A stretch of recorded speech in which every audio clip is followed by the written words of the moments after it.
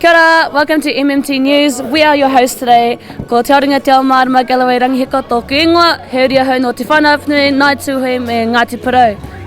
Kia ora, ko ngā matarua tōku ingoa, anei he uri no te whanawhunui, ngai tūhui me Tainui. For our first story tonight, we are talking to La, who is in an interview with the cooking crew. Kia ora, I am Kiani Lee, and I am from MMTV, and today we are interviewing Aonui Arni. Great. Where are you from, Aonui? Omaramutu. Okay. Why did you pick this cooking ropu? Because I wanted to be the leader. All right. Wait, what? I wanted to be the leader. Okay. Do you have any plans? Do you have anything planned for the future? Cooking. That explains all of it. Okay, goodbye.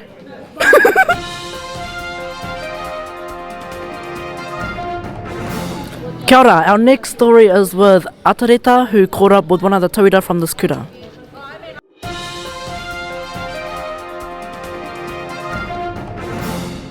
Kia ora, this is Atareta Morete on MMTV, and we are here with Isaiah Ngamuki. Okay, what was it? Where are you from? Te whanau apanui whanui. Karawe. What are your future plans? I don't know yet. Good answer. How do you feel about today? It's good. We're going for a swim. Pardon? We're going for a swim. Oh yeah. Where? Whakatane, I think. Oh yeah. Who's all going with you? This whole Rangatahi program, I think. Oh, karawe. How are you feeling about this Rangatahi program? It's good here, get to see the boys. Oh yeah. Oh yeah. Well, that's all. Yeah. Thank you. Bye.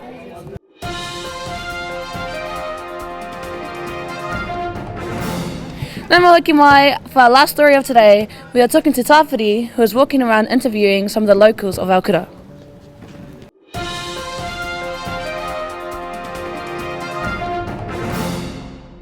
Kia ora te whānau, this is Tāwhiri Mātou here with MMTV, and we are here with Amalia Marumaru. today we're going to be asking you a few questions for the interview. First of all is, where do you live? I live in Te Whānau, Te Kaha here, but I also live in Rotorua. Oh, that's cool. Do you have any plans for the future? Yes, I do. My plans for the future is either going to be a professional rugby player or a professional netball player. That's actually a good career choice. Well, do you have any words of advice to the world? If you're Māori, keep learning your tipuna and how they came to be here today, and that's it. What's your biggest dream?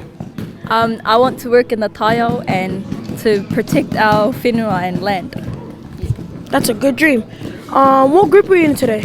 I was in the taiao group. Alright. You got any words of inspiration? Yeah, I think as a rangatahi, I think everyone should step up and be that role model and just step up and do it. Kia ora, this is Tāwhiri Mātou from MMTV, and we're here with Nohoi Parekura. Hello. So today we're coming around interviewing people, and we're just asking how your day's been. Day's been all good. Yeah. Any plans for the future? Hopefully get a job in Kumara Paimanga. Alright, good job. See you later. Alright, who's next? Kia ora, this is Tāwhiri Mātou from MMTV, and today we're with the music group. We're interviewing them, so you also get interviewed. Oh, how are you feeling today? Tired. Hungry. Okay, so what are your plans for the future? To work and to get money so I can retire at an early age. So, what have you learned so far? We've learned how to do a pukana. Okay, thank you for your time. Goodbye.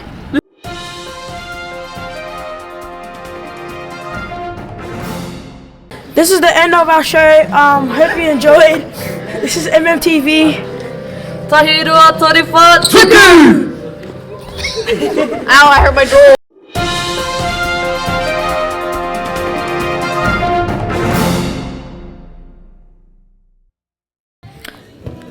Kia ora te whānau, anei kua hoki mai me e tai o tō tātou whaia, he aha tō ingoa.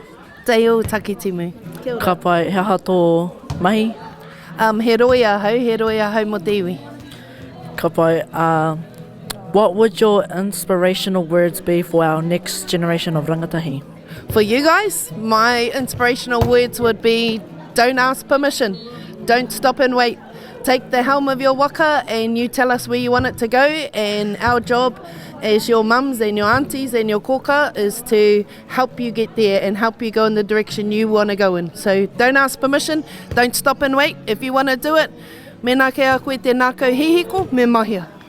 Ka pai, kia ora. Tāwhiri Mātea here with MMTV, and we're here with Nico. Today we're going to be asking him a few questions for this interview. First question is, how have you been? Good. Do you have any plans for the future? To be a rugby star. Yeah, that's a good future. And do you wish to see anything in Aotearoa? No. Alright, well, this is the end of our interview. Thank you. Goodbye. Hello, today we're going to the pool and it's going to be so fun and it's going to be enjoying. How are you feeling about this wānanga? Oh, it feels pretty good to, whakawhanengatanga to heaps of kids and see all my mates and to get out of the house. Yeah. Oh yeah, that's pretty cool. What are your future plans? Probably to get rich so I can get a cool house and buy whatever I want. That's the best answer I've ever heard. How are you feeling about is this your first day actually? No, I've been here all the 3 days. Oh. Yeah, 3 days. That's cool. What are the other question? Oh. Where are you from? Oh, I'm from Te Whānau Pararaki, but I live in Te Kaha. Nice.